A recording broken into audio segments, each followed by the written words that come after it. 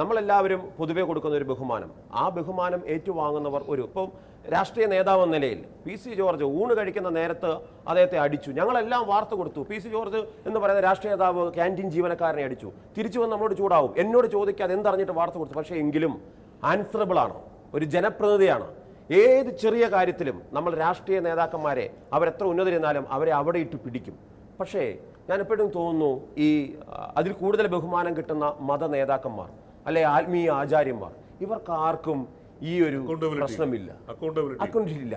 അവർക്ക് എന്തും ചെയ്യാം. ഇല്ലേ, നമ്മൾ അത്ര അങ്ങോട്ട് ഒരു ഇപ്പോൾ ചിന്മയ മിഷനിലായിരുന്നു പഠിച്ചതും. ആ ഒരു ഇതിലാണെങ്കിലും ഒരു ഇൻസ്റ്റിറ്റ്യൂഷൻ ജീവിതം മാത്രമല്ല പറയുന്നത്, പൊതുവെ അതിൻ്റെ അല്ല, നമ്മൾ അറിയുന്നതാണല്ലോ കൂടുതൽ അറിയുക.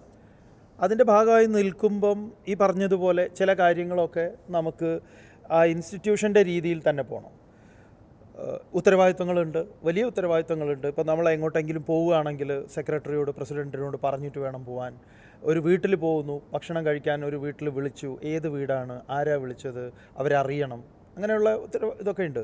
ഇന്ന് നമ്മൾ സ്വതന്ത്രനാണ്, ടോട്ടലി ഇൻസ്റ്റിറ്റ്യൂഷൻ്റെ ഭാഗമല്ല.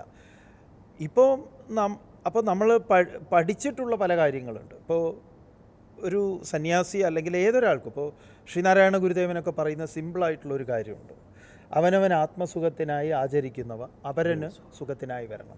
ഇത് നമ്മുടെ ഓരോ ഇടപാടിലും ഉണ്ടെങ്കിൽ ഇത്തരം കാര്യങ്ങളൊക്കെ നമുക്ക് ഒഴിവാക്കാവുന്നതാണ്. സ്ത്രീക്ക് സഭ നൽകുന്ന പിന്തുണ, സ്ത്രീകളോട് സഭ കാണിക്കുന്ന ഒരു മനസ്കത, ഇതിലൊക്കെ ഒരുപാട് വൈരുദ്ധ്യങ്ങൾ കാണാൻ സാധിക്കുന്നുണ്ട്. കന്യാസ്ത്രീകളുടെ എണ്ണത്തിൽ കുറവുണ്ട് എന്ന് അങ്ങയുടെ തന്നെ പഠനത്തിലുണ്ട്. എന്തുകൊണ്ടാണത് സംഭവിക്കുന്നത്? സ്ത്രീയെ മാറ്റി നിർത്തപ്പെടേണ്ടവളാണോ? തീർച്ചയായും മാർഷൽ ചോദിക്കുന്ന ഗൗരവമായ പ്രശ്നമാണ്. കത്തോലിക്ക സഭയിൽ രണ്ട് മുഖങ്ങളിലൂടെ ഞാൻ സൂചിപ്പിക്കേണ്ടിയിരിക്കുന്നു. ഒന്നാമത്തേത്, കത്തോലിക്ക സഭയുടെ പ്രബോധനമനുസരിച്ച്, വിശ്വാസമനുസരിച്ച് യേശുക്രിസ്തുവിന് തൊട്ട് താഴെ നിൽക്കുന്നത് ദൈവമാതാവെന്ന വിശേഷണമുള്ള കന്യാമറിയമാണ്. ഇന്ത്യയിലെ തന്നെ വിശുദ്ധന്മാരിൽ ഏറ്റവും കൂടുതലുള്ളത് സ്ത്രീകളാണ്. മദർ തെരേസ, എവുപ്രാസ്യാമ്മ, അൽഫോൻസാമ്മ, ഇവരൊക്കെയാണ്. ഈ വിശുദ്ധരുടെ പദവിയിലേക്ക് കൂടുതൽ സ്ത്രീകൾ പേടുകയും കന്യാമാതാവൻ ദൈവമാതാവ് എന്ന സ്ഥാനം കൊടുക്കുകയും ചെയ്യുന്ന സഭ തന്നെ അധികാരത്തിൻ്റെ തലങ്ങളിൽ, സഭയുടെ സാമൂഹ്യമായ പ്രസക്തിയുള്ള തലങ്ങളിൽ ഇവിടെയൊക്കെ കന്യാസ്ത്രീകളെയും സ്ത്രീകളെ എത്രമാത്രം സ്ഥാനം കൊടുത്തിട്ടുണ്ട് എന്ന ചോദ്യം പ്രസക്തമാകുന്നത് അവിടെയാണ്. അച്ഛന്മാരാക്കണോ വേണ്ടയോ എന്നുള്ള പ്രശ്നം സഭയുടെ വിശ്വാസത്തിൻ്റെ പ്രശ്നമാണ്. അത് മാർപ്പാപ്പമാരും കർദിനാളന്മാരും മെത്രാന്മാരും തീരുമാനിക്കേണ്ടേ. പക്ഷേ ഈ സഭയുടെ ഘടനയിൽ സ്ത്രീകൾക്ക് കൊടുക്കേണ്ട സ്ഥാനം കൊടുക്കുന്നുണ്ടോ എന്ന ചോദ്യം ഗൗരവമായ ചോദ്യമാണ്. അത് കൊടുക്കാത്തിടത്തോളം കാലം കന്യാസ്ത്രീ മഠങ്ങളിലേക്ക് പെൺകുട്ടികൾ ഉണ്ടാകാതെ പോകുന്നതിൽ ഞാൻ ദുഃഖിക്കുന്നുണ്ട്. അതങ്ങനെ സംഭവിക്കുന്ന കാരണമുണ്ട്.